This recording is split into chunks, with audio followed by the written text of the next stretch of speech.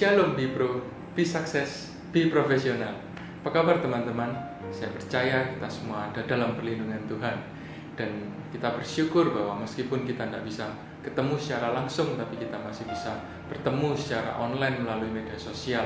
Dan juga setiap minggu kita masih bisa bertemu dengan teman-teman FA kita untuk kita dapat ber-FA secara online. Dan untuk minggu ini tema FA kita adalah tentang pertumbuhan iman. Di sini ada kata bertumbuh, ada kata pertumbuhan. Berarti itu adalah sebuah proses yang tidak instan datangnya. Dan bagaimana pertumbuhan iman ini ada dalam diri kita?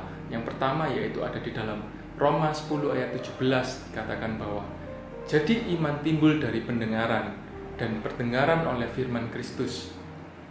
Jadi seperti pohon yang akan bertumbuh, kita mulai dari menanam benihnya terlebih dahulu, dan benih daripada iman ini adalah firman Tuhan yang kita harus tanam di dalam hati kita. Tentunya adalah kita harus tanam di dalam hati yang subur, di tanah yang subur.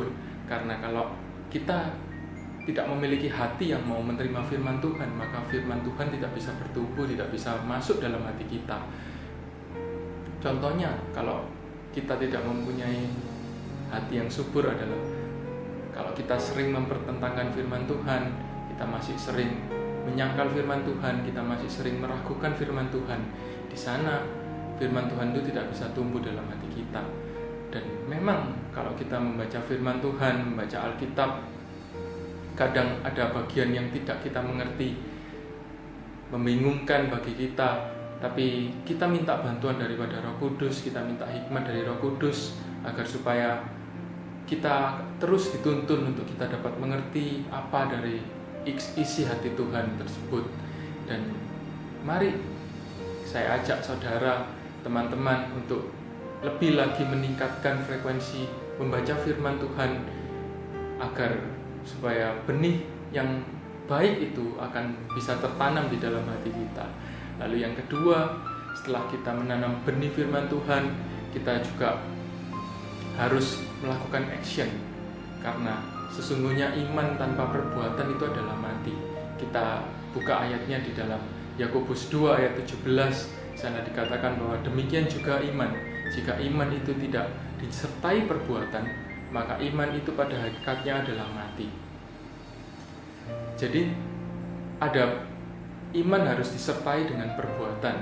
Sebagai contohnya, contoh sederhana, kalau kita memiliki iman bahwa perlindungan Tuhan sempurna dalam kehidupan kita, tapi kita sendiri dalam kehidupan sehari-hari kita ceroboh, kita seringkali tidak mentaati aturan-aturan yang sudah dibuat yang itu adalah baik bagi kita, maka bagaimana janji Tuhan itu bisa tergenapi di dalam kehidupan kita? Tidak mungkin, teman-teman, karena ada bagian yang harus kita kerjakan sebagai pelaku firman. Dan pada saat situasi seperti sekarang ini juga adalah waktu yang tepat untuk kita menjadi pelaku-pelaku firman, di mana kita dapat berbuah, kita dapat menjadi berkat bagi sesama kita, kita bisa menolong sesama kita yang mungkin sedang membutuhkan, kita bisa menabur, walaupun tidak mesti secara material, tapi kita juga bisa menabur sukacita, menabur kasih, menabur kebaikan melalui kehidupan kita. Dan tentunya kemuliaan Tuhan pasti akan dinyatakan melalui perbuatan-perbuatan kita. Lalu yang ketiga, kalau kita sudah menanam benih firman Tuhan, kita sudah melakukan firman Tuhan, maka pastinya kita akan mengalami pengalaman pribadi bersama dengan Tuhan. Dan dikatakan di dalam Yohanes 14 ayat 21, barang siapa memegang perintahku dan melakukannya, dialah yang mengasihi aku. Dan barang siapa mengasihi aku, ia akan dikasihi oleh Bapa-Ku, dan aku pun akan mengasihi dia dan akan menyatakan diriku kepadanya. Luar biasa sekali ya firman Tuhan ini. Dikatakan bahwa kalau kita sudah memegang perintah Tuhan, melakukan firman Tuhan, dan kita melakukannya, maka kita disebut adalah orang-orang yang mengasihi Tuhan. Dan Tuhan akan menyatakan dirinya dalam kehidupan kita. ini adalah janji Tuhan yang harus kita pegang, agar supaya kita terus dikuatkan, agar kita tidak sampai jatuh di dalam iman kita.